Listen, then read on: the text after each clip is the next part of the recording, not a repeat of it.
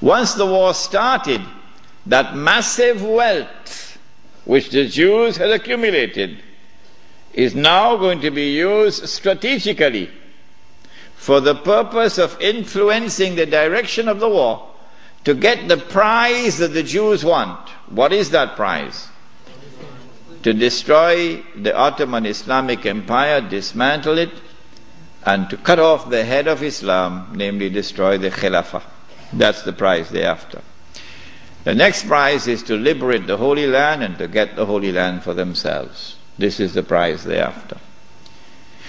Between 1914 and 1916, German submarines now make a surprise appearance into warfare. As when Israel launches her big war, we're going to see weapons that the world has never seen before being introduced into warfare. When the German submarine entered into the war, it tipped the scales on the side of Germany, and by 1916 Britain was on the verge of defeat. German submarines had surrounded and marooned the island of Britain. The French government had fallen, and Germany had occupied France, and Britain was on her knees. This is the moment that the Jews were waiting for. Now the Czech is going to talk. It's called financial diplomacy.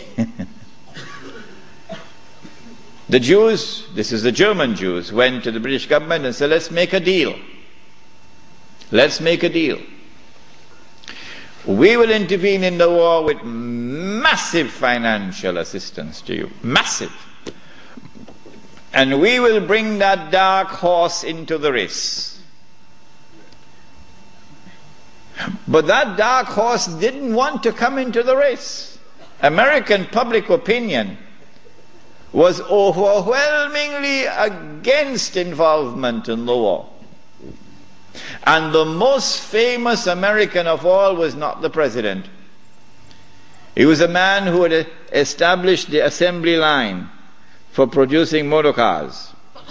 And what was supposed to have been a luxury item for only the rich, or you could see how the rich people were grinding their teeth in anger when this man caused the motor car to become accessible to ordinary Americans. For $700 you can get a motor car. $1,000 you can get a Model T. What is his name? Henry Ford. And this man did something else to his workers. He didn't bother about what was the market wage. No. He said, I am concerned with paying a just wage. And that market wage is not a just wage. And so he paid his workers a higher wage than the market wage. And so he won the hearts of the American people. He became an American icon. His name was Henry Ford. And he was totally opposed to American involvement in the war. But when the Jews went to the British government and said, let's make a deal, the British government said, deal. And so Jewish money, the diamonds of Kimberley, began to roll. And Jewish money now enters into the war in a massive way. And Jewish influence over the media in the United States is now made to work, and American public opinion is being brainwashed and slowly transformed, until suddenly, to the consternation of Henry Ford and so many Americans, Franklin Roosevelt declares war, and the United States enters into the war. Britain, with this newfound wealth and with the assistance of the United States, now has a new lease of life, and the war now takes on a direction that the Jews wanted from the first place. It is in 1916 that Jassasa went to work with British spies in Arabia. Lawrence of Arabia, of course, is the most well-known of them. These British spies were sent into Arabia, posing as Muslims. And they went to two actors in Arabia, two. One was Sharif al-Hussein, who was appointed by the Khalifa in Istanbul as the Sharif of the Hijaz, Makkah and Medina, in control. Makkah was under the control of an Arab battalion, but Medina was under the control of a Turkish battalion. And I wish I could understand why the Khalifa insisted on the Turkish battalion under the leadership of Fakhri Pasha to defend Medina. I don't know why. So when the British spies went to Hussein, they offered him the moon. They offered him the moon. We will liberate the land of the hated Ottoman Turks, and we will give you independence and freedom, and you will now become the king of the Arabs. Remember, Britain is not talking about Khilafah. No, we'll make you the king of the Arabs. And we also prepared to offer you a little, you know what, just £7 million. Huh? £7 million at that time is what Bill Gates has now. Sharif Hussein, the great-great-grandfather of Abdullah in Jordan now, then betrayed the Prophet Muhammad ﷺ, betrayed 1400 years of history of this ummah, violated the plain and clear command of Allah subhanahu wa ta'ala in the Quran in Suratul Ma'idah, in which He commanded us, Ya ayyuhalladhina amanu la tattakhizul yahuda wan nasara awliya. Do not take the Jews and do not take the Christians as your awliya. Do not establish an alliance with them in which you become dependent upon them and subservient to them. Do not do that, says Allah.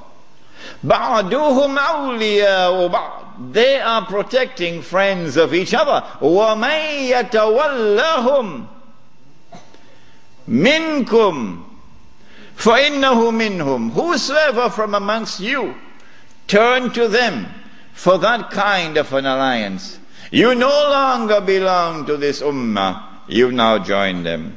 Inna Allah la yahdi al-qawm al-zalimin. Surely Allah will never provide guidance for a people who commit such an atrocious act of wrongdoing. And this is precisely what Sharif Hussein did, and what all his descendants from that day to this day have been doing. But the chickens are coming home to roost now for Abdullah. And the chickens are coming home to roost for Abdullah. When Mr. Bush attacks Iraq, then you're going to see Abdullah's suitcases at work. Yeah. They're all packed already, you know. They're all packed already. As soon as Mr. Bush attacks Iraq, you'll see where Abdullah is going to be headed for. Sharif Hussein now accepts 7 million sterling pounds and enters into a military alliance with Britain and declares himself independent of the Ottoman Khalifa. Once the Khilafah in Istanbul had lost control of Mecca and Medina, had lost control of the Haramain, had lost control of the Hajj, you pull the carpet, you pull the rug from underneath the feet of the Khalifa. His Khilafah is now losing legitimacy. Can anyone be Khalifa? Can you appoint a Khalifa here in downtown Lakemba? Can Mullah Umar have been recognized as the Khalifa? No, why not? Because when the Hajj comes, Amirul Mu'mineen Mullah Umar will have to apply for a Saudi visa to perform the Hajj. Huh? And if the Saudis reject the visa, the Khalifa can't perform the Hajj. Alright? And so the British calculated, if we can wrest control of the Haramain and the Hajj away from the Khalifa in Istanbul, then the legitimacy of his Khilafah will begin to crumble. And so this was 1916. The British spies then went to the second actor in the Arabian Peninsula. I mean, Britain has a PhD in deception.